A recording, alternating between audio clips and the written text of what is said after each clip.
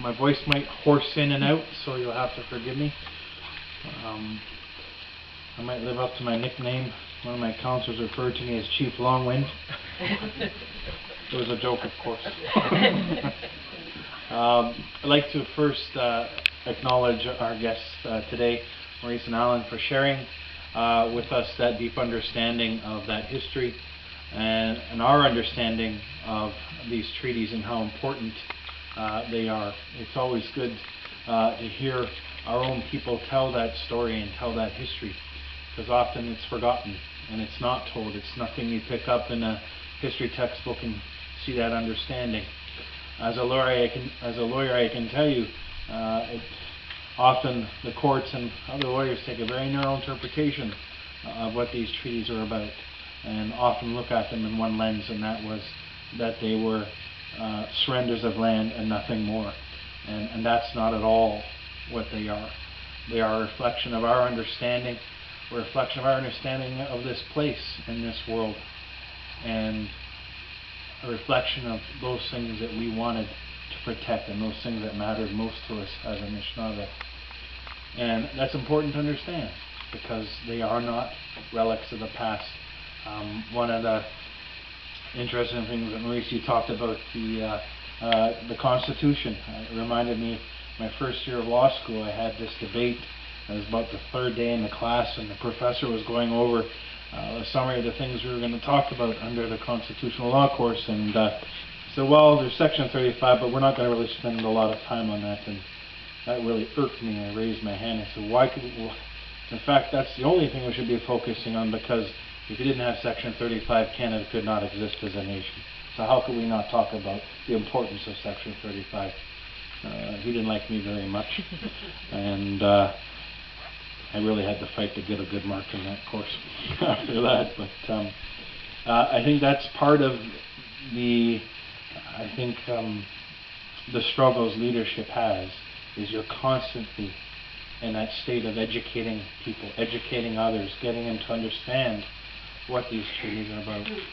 Anytime I get the opportunity to go into the schools and talk to some of the children, our young people, to tell them that history, I take that opportunity, because it's important they understand that our people are not museum pieces. We are more than fluff and feathers, and these treaties are not relics of the past. They are living, breathing documents, living, breathing history that speak to our place in this world and that deep understanding we have of that relationship. And I tell them, I said, our people, they weren't duped. In fact, they were the most savviest of negotiators. They knew what they wanted to protect. They knew exactly. I like that analogy Alan gave, that these were about negotiations, because our people were savvy in their negotiations, and they knew what they wanted to protect, and that was that relationship to the land, the waters, and the resources, that thing that matters, those things that matter most to us, because who we are as a people is very much associated with that relationship, our language, our culture, our spirituality. They think it's all about what fits in that nice box. It's whether Chief Kahgee can go catch a fish or hunt a deer. It's much more than that. Much more than that. So it's important that we hear about this understanding, because it's not told. And I'm very pleased that we heard that today. And also, I'd like to acknowledge and thank our guests and those who helped plan this today, who took the time to wait, to give that opportunity for our community and our families to mourn and pay that respect. So I thank you for that and that. As I said, it's a constant struggle to constantly remind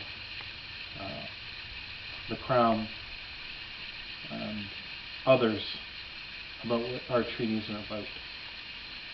And it's kind of ironic we're here today talking about this, because we just came from a very, very grueling negotiation session this week on some very, very heavy issues.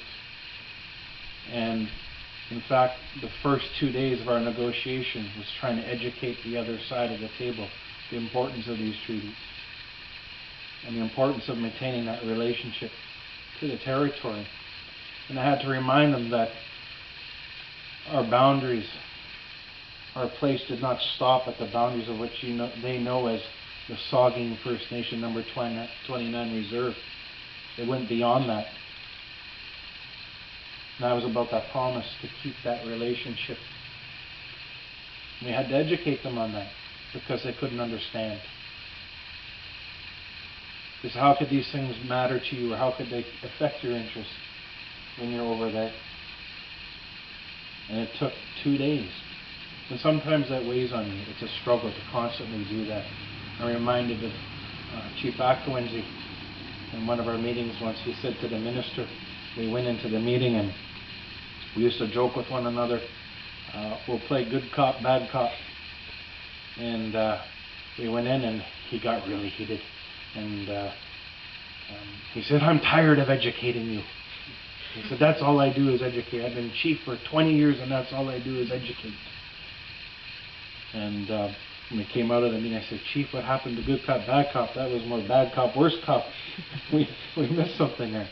But it's important to do that.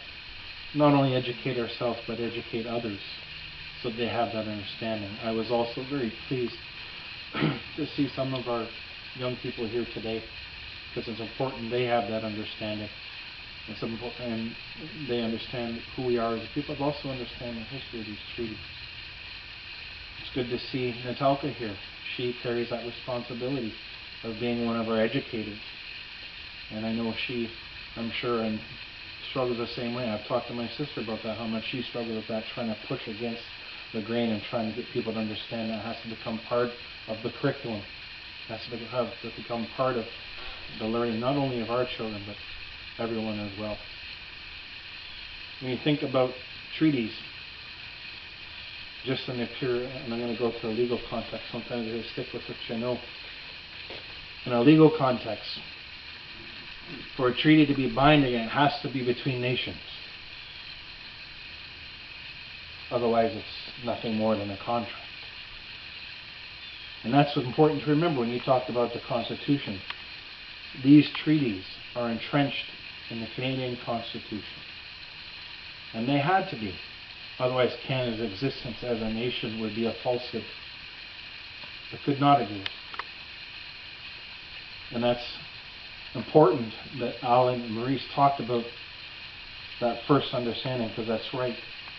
Often when I talk to our young people, I talk about that story, starting from that first place, because the first treaty was in 1836. And it's important to understand that. Gil and the committee have asked me to talk a little bit about, just give a quick update on the claims. I know everyone's hungry, so I'll be very brief. But a lot of what was discussed today, I'm going to share it, is really what's at issue in our title claims and our ongoing struggle. It's that recognition of our understanding of those treaties, because those promises that Alan and Maurice have talked about, they haven't been kept. Despite our constant reminders of those promises, they haven't been kept. And that's what our claims are about. We talked about the waters. That wasn't part of our understanding or part of our negotiations. And if a treaty is between two nations, right, the general rule, if it's not on the table, then it's not part of that understanding. And that's really what that title claim is about.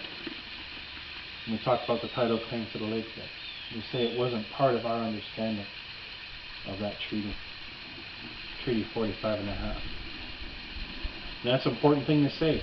I know it has a very different meaning in the Canadian legal context, which really means that that is ours to the exclusion of all others. And Alan is correct.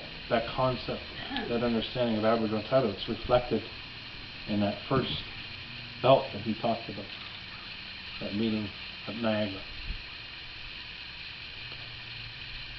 And it's a long process to move those things through the courts. And they have to go to court because Canada and the Crown don't think there's nothing to negotiate. So it's kind of ironic we rely on their courts to try and move these issues along. And it takes a long, long time. It's a long struggle. We've only ever had 2 cases in this country that have gone all the way to trial. Delgamuukw and Chilcotin. Chilcotin took 17 years to reach trial, and Delgamuukw took 19 years to exhaust all the appeals, go all the way to Supreme Court of Canada. So it's a long, long struggle. And we're probably on the same pace to work all that through. Then we have the claim, which falls under Treaty Number 72, 1854. We talked about, when Alan and Maurice talked about the promises, one of the promises in Treaty 45.5 was that we would continue to be able to maintain that relationship to our territory, to be able to do those things that matter most to us: hunt, trap, fish, gather medicines, have ceremony, maintain that deep relationship.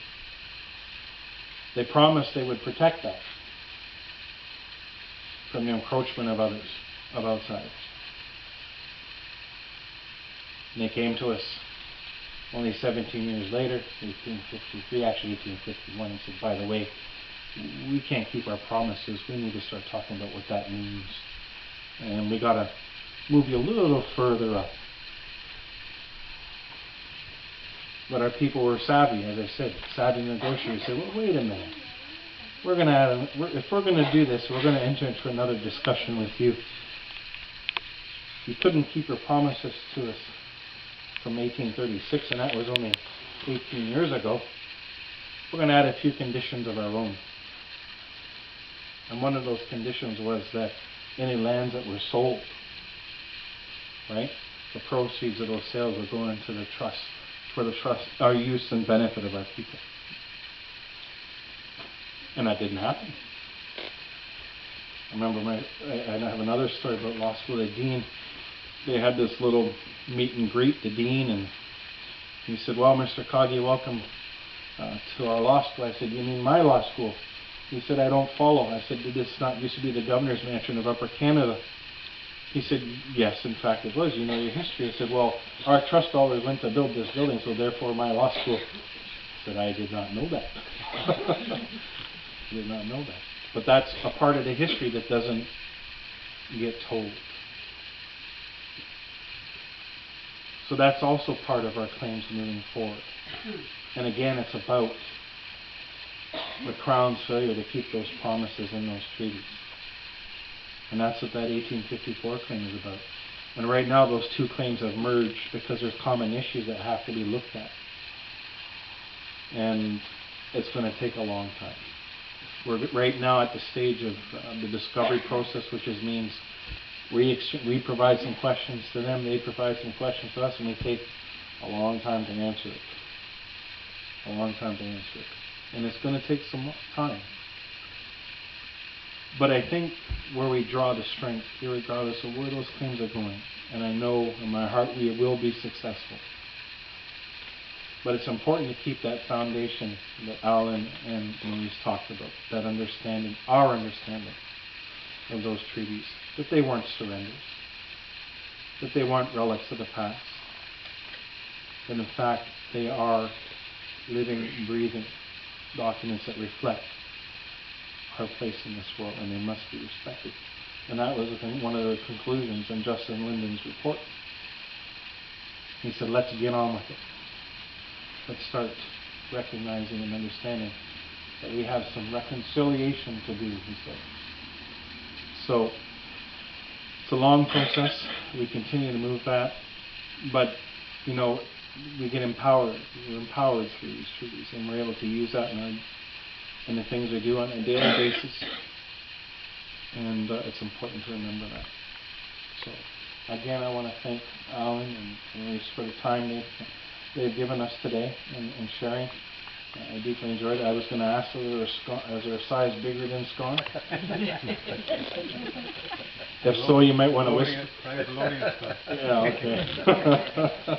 We might have to talk later, negotiate the size. I'd also like to acknowledge the committee for their time and efforts to put this together. It's important that these opportunities are there, and I'm hoping we'll see more of this in the future. So I'd like to acknowledge Gail, Janet, Vern, and Lori, who I know couldn't be here today, but also I'd like to acknowledge their efforts for planning this and putting this together, and the elders who provided the ceremony this morning, and the sacred fire. And thank you for everyone who came out to listen today.